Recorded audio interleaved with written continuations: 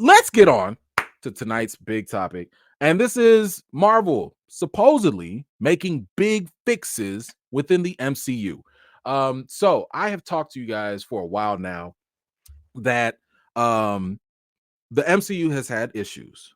But one thing that I've always respected about the MCU that I really wish other studios would do more actively is when Marvel stumbles, and they have because they're not perfect, they have a really good track record of course correcting and trying to fix things. So, for example, when Avengers came out with Joss Whedon, man, Marvel was like, boy, it's time to give Joss Whedon, that director, the keys to the kingdom, right? It's time to just let him do whatever he wants. Then they got Avengers, Age of Ultron, and it was like, you know what? Maybe we shouldn't give directors all the power. Maybe we should reel it in, right? So again, it's one of those things where like Marvel has never continuously done things one specific way to the point where they're just going to keep trying the same thing and seeing what sticks. They try something. If it works, they keep going. If it doesn't work, they try something else.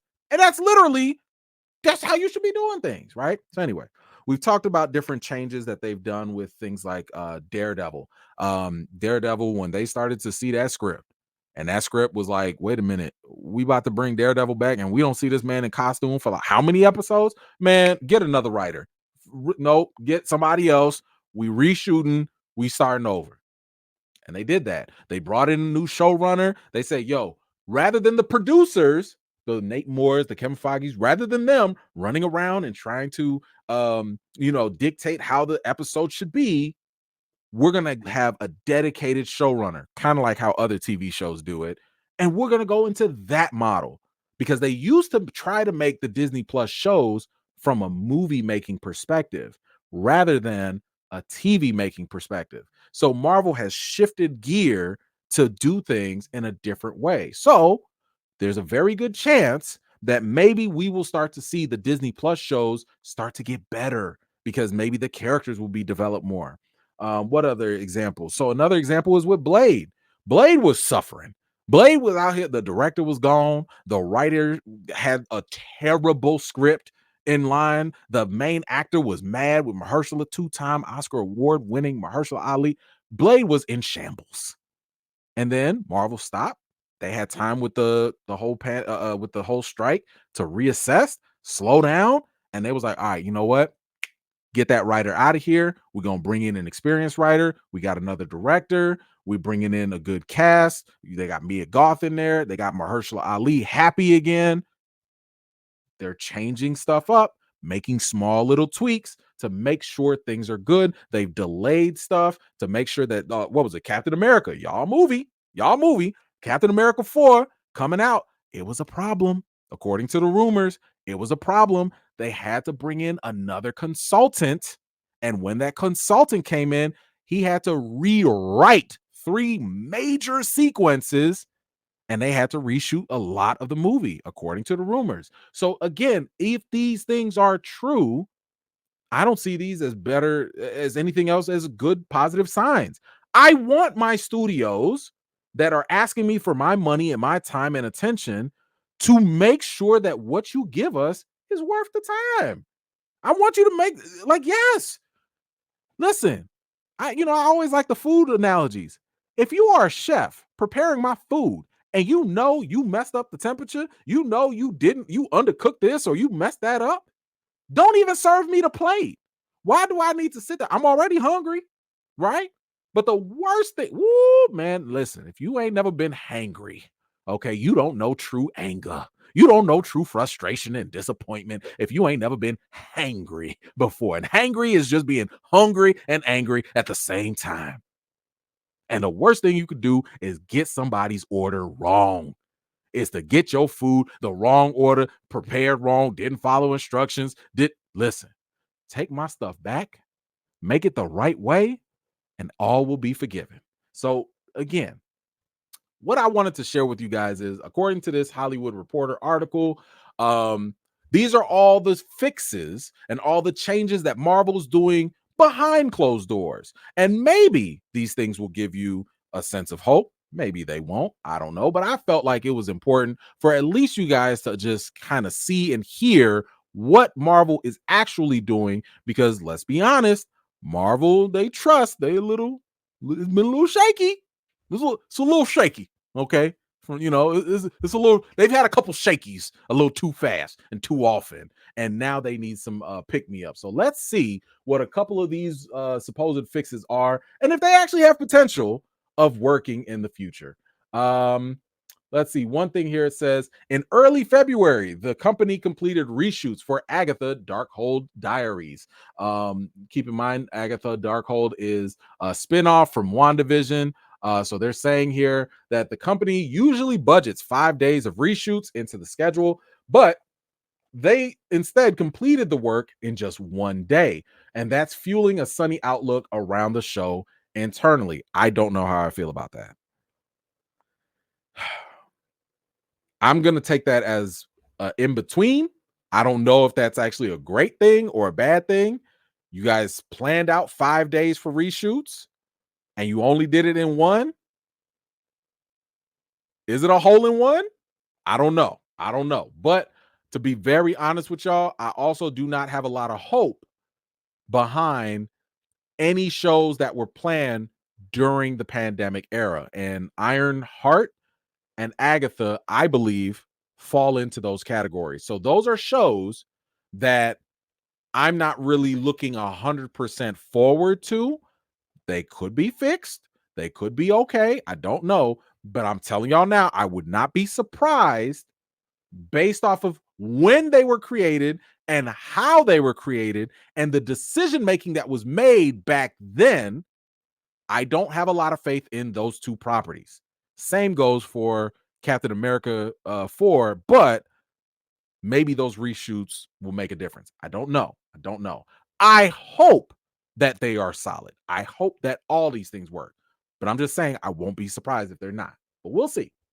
It says here the studio quietly hired Eric Pearson to polish the script for Fantastic Four. Pearson is the one who also worked on Thor Ragnarok and Black Widow and has a reputation for taking projects over the finish line. Okay. Now listen, Thor Ragnarok, for a lot of people, is a top 5 MCU movie. A lot of people really like it, right? Black Widow, not so much. Now, I think Black Widow suffered for a lot of other reasons. It came out during the pandemic. It was the same day release. It probably was a movie that should have came out 5 years earlier, right after Civil War. But if I'm not mistaken, and I know people have issues with Taskmaster and all that, I don't recall the writing of Black Widow being a problem. So I don't think Black Widow was trash. It obviously was not like one of the best movies either. It was something to watch on Disney Plus. Like, I wasn't mad. I didn't have to go pay money for it. I was watching it on Disney Plus. It was all right. So if this Pearson guy is brought in for Fantastic Four, okay. And Thor, like I said, Thor Ragnarok, that was a solid movie. That was a really, really good movie. So we'll see. What else? Also says here that Marvel also hired Joanna Callow, the showrunner of acclaimed FX series The Bear, to work on the script for Thunderbolts. Her hiring adds a flair of prestige to the project. And according to a source who has read previous drafts of the Thunderbolts script, the Thunderbolts centers on villains and anti-heroes going on a mission that was supposed to end with their deaths. Well, that just sounds like Suicide Squad then, if that's the case. But you have my attention that you're taking someone that was in charge of the showrunner of The Bear, and I've told y'all, go watch The Bear. Bear is a solid show. The Bear, how many, this thing has been Emmy nominated. This thing, it almost dominated the Emmys. Like, The Bear had like almost 13 nominations. I think the person that's in charge of an Emmy nominated of multiple Emmys show is absolutely got the credentials to step in and give a little bit of hope that the Thunderbolts, which is not a project I was really looking forward to, but now you have my attention, because now what I like is, from what I've seen in the Bear, it's all about the from a writing perspective, it's all about the character interactions. The character interactions on the Bear is masterfully done. I love it. It's one of the most compelling things about the show. So if you have someone that understands how characters are supposed to interact, guess what Thunderbolts is? It ain't nothing but a big group of people that are probably not all that compatible with one another, and that's the Bear. That sounds like a perfect match to me. So I love this idea. This gives me a little bit more positivity and hope that the Thunderbolts is probably going to be a slightly better film. So I like that. That makes sense. I am with it.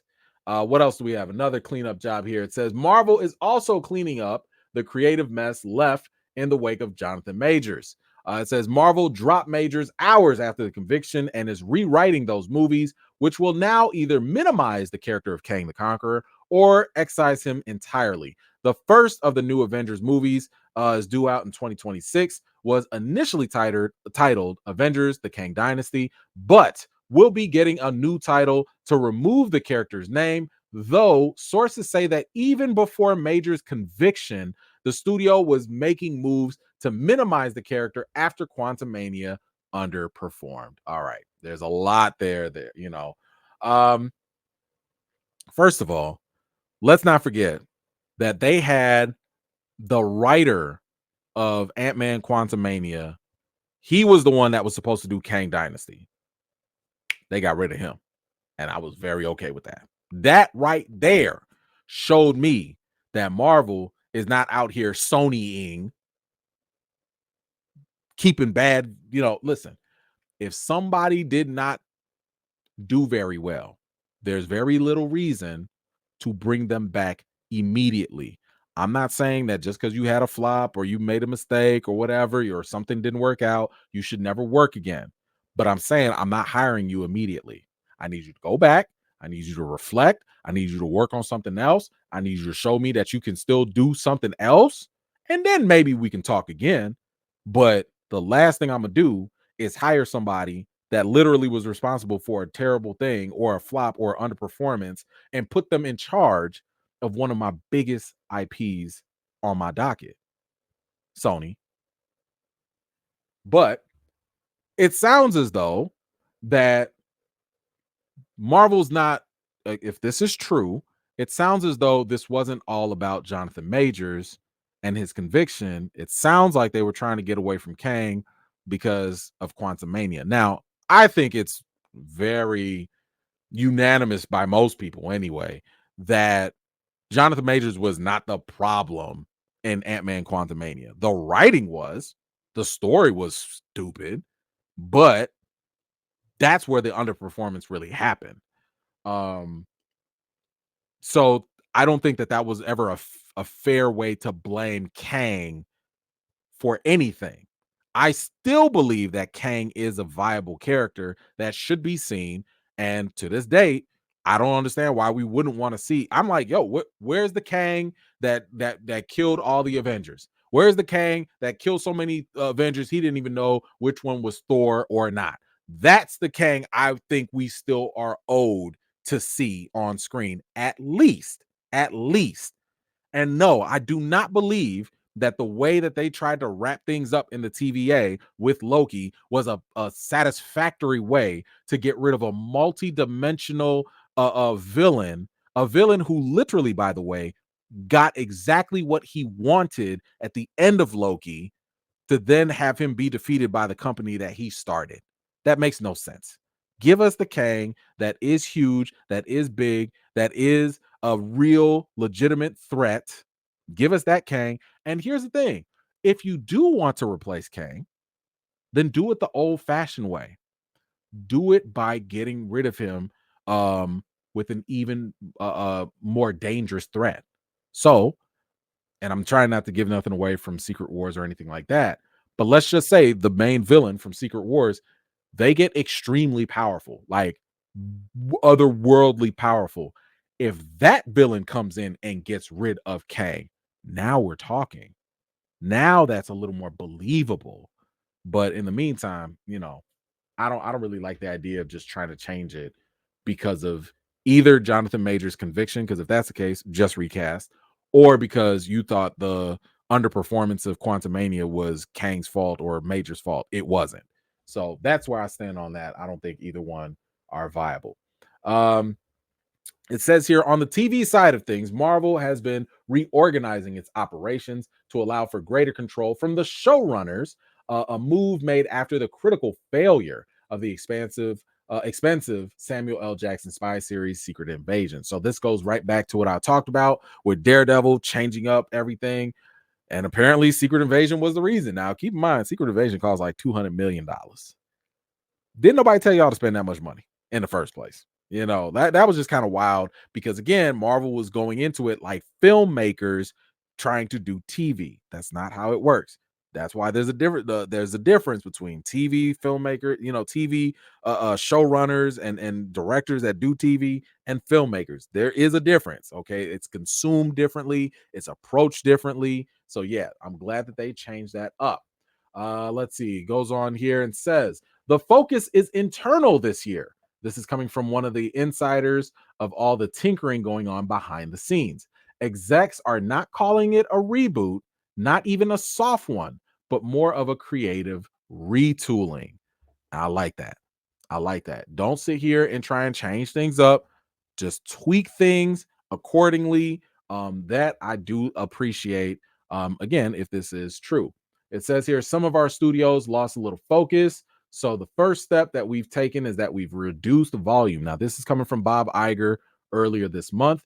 He said we've reduced output, particularly at Marvel, in order to ensure the films you're making can be even better. And I absolutely love that because one of the bigger problems with Marvel, they were doing too much, too fast. That was because of Bob Chapek, because Bob Chapek was like, listen, we need content.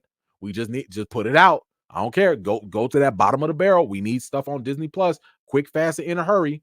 So rather than Kevin Feige having the time that he normally had to put a movie out, let it run its course. If it's good, that's great. If it's bad, that's understandable. But the key difference is rather than jumping onto the next movie that they have to hurry up and do, they used to have time to look at what worked and what didn't work and make adjustments. So by slowing down, this is a good thing for Marvel. When Marvel slows down the input, they can wait, they can reflect, and they can listen to you. They can figure out, what did y'all like about Captain America 4? What did y'all not like about it? Ooh, y'all had a problem with this? All right, bet.